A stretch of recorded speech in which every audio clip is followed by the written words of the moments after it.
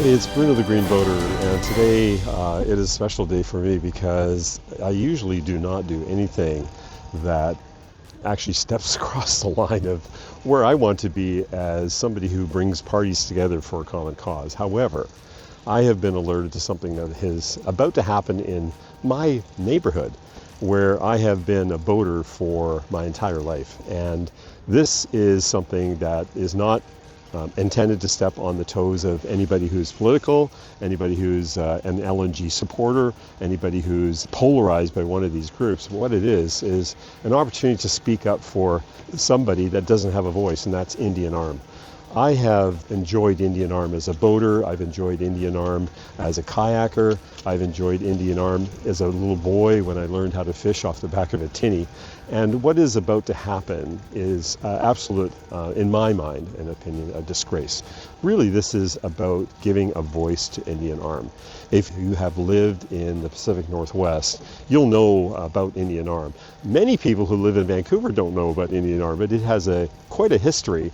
It is one of our last remaining pristine pieces of water that you can get to within a short time. This place has been preserved over the years because it's just been so remote. However, I know from the years that I've grown up on the west coast of Canada that once you start introducing an opportunity for overdevelopment, for overfishing, for people to make a profit out of something, it's a slippery slope, and you can quite easily take something that was pristine and enjoyed for all its beauty and nature and destroy it. To get to the point, what is happening is there is a project that is being supported by some powerful people in politics as well as corporates that require a work camp for up to 400 workers to be placed in Indian Arm for 2 years.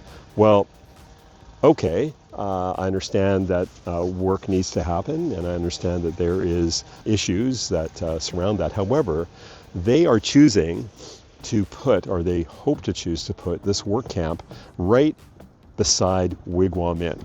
And if you Google Wigwam Inn, you'll see the storied history. It's quite a place.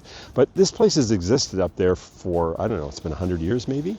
And it went through a bunch of iterations, but it was the only place up there that had a place to go and stay. When I was a little boy, I used to go up there, and it was in ruins at the time. This is back in probably the 60s. But it came to life back in the 80s, and I even spent some time at the hotel before it got sold off to a private yacht club. However, one of the things that I noted was when I was a little boy and I went up there and stayed with some friends who had a cabin up in Indian Arm, we would drive to Deep Cove, get on the little 16-foot runabout and head up to their cabin. And it was just teeming with fish. I was 7, 8 years old, and we'd put a little line into the water. We'd catch a little rock cod. We'd hook the rock cod up to a little herring hook up, 2 hooks, troll it behind this little tin boat, and we'd catch a big lingcod and let it go. It was that easy. Like, this all happened within an hour. Well, the whole area, just like many parts of the coast, have seen a decline in fisheries. It has seen a decline in food sources for big fish. We've seen other bodies of water in Vancouver, namely False Creek, where my father used to build boats down at False Creek for a company called Sangstercraft. They had their manufacturing facility right beside BC, I think it was BC Boatyard, where they built big tugs, and that whole waterfront was really full of heavy industrial manufacturing, boat building.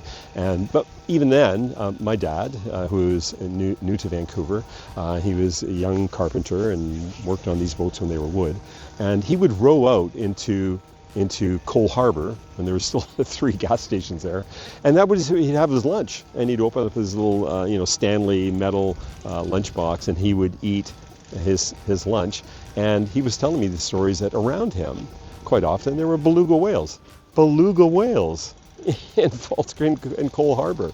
And so, what has happened to beluga whales? Well, they don't come up there anymore because the population is decreasing, but also there's no food. And why is there no food? Because it's been damaged. The food sources have been damaged by overfishing and pollution, etc. So you look at the heavy boat traffic that's in that area, and I love the harbour, and I love the fact that there's commerce. However, why in the world would you take something like Indian Arm, which is one of our last pristine areas, and put put something in there that threatens the whole ecosystem. So as a green boater, yeah, I don't step across political lines. I don't have commentary on certain businesses and certain private yacht clubs, etc. However, I do believe Indian Arm needs a voice. So I am urging you, if you have any common sense when it comes to protecting our environment and protecting a boating area that's so pristine, if you have any common sense at all, I urge you to Google Indian Arm, Wigwam Inn, and work camp, and you will find an article in the North Shore News that explains the issues and the different players. In the description of this video below, I will link a survey which allows you to voice your opinion about whether or not this should go ahead. So again, I rarely ever come on. In fact, I don't think I've ever done this. But this just compels me, because if we don't take a stand, if people like myself who are middle of the road, boaters who enjoy things, if they aren't willing to take a stand, then the big corporates, people with different interests are going to take something that's so pristine and make their own decisions about what the future is going to look like for our marine aquaculture. So I'm here standing on the pier in White Rock.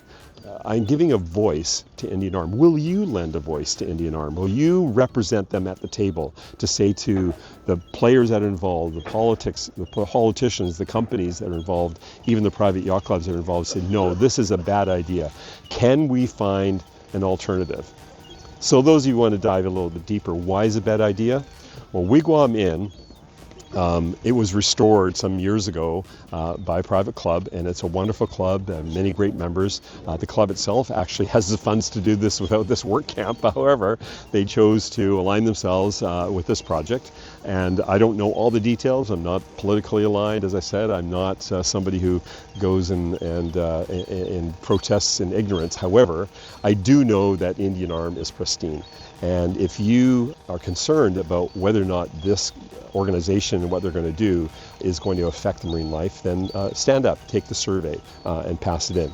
So why is it an issue? Well, the Wigwam Inn is sitting there. It's used for boating, very low impact. It's in an area that there's nothing else. There's a provincial park across the way, but it's in a protected area, and it doesn't get a lot of wash in and out. So there's not like huge tides flowing back and forth like in Georgia Strait. So right beside the Wigwam Inn is this open field area, which was looked upon by this contractor saying, well, that looks pretty good. Let's put a work camp right there. Well, a work camp sitting right beside a stream, a mountain stream that feeds nutrients and feeds oxygen and feeds all kinds of good things from the pristine mountains in our watershed down into Indian Arm. Well, this is where the work camp's going to sit. I don't know if you've ever been to a work camp up north or any work camp in the areas that you live, but they're not usually the places that you would think are, how do I say this without annoying people? It's not a place where you'd say, oh, look how lovely this is. It's a work camp. And all the things that work camps have. And again, not a commentary on whether work camps are good or bad, but why put it beside a stream that feeds Indian Arm, which is as pristine as we still have, and protecting the aquaculture that's there. So stand up for Indian Arm.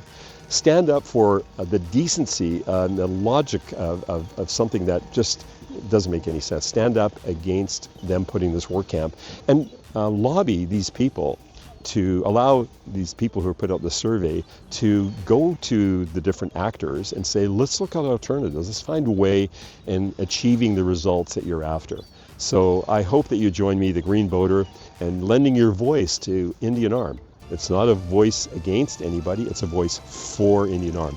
Represent Indian Arm at the table for a decision to protect what's under the water, what's below the waterline for boaters. Even if you're not a boater, if you're just somebody who enjoys the pristine nature, wherever you are, if you've cruised from anywhere along the Pacific Northwest and you've come up this way and enjoyed the pristine nature that we have, what Canada has to offer, then lend your voice to this. I know I have friends in Europe, I have friends in Australia, I have friends in Asia, Japan, who have been here and have experienced all this. So please, I urge you to take a look at this, take a look at the actors that are going on, and then lend your voice to Indian Arm.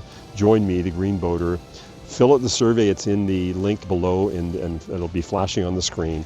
And sign this survey, sign this petition, actually, to stop this madness and look at alternatives that satisfy everybody and keeps Indian Arm as pristine.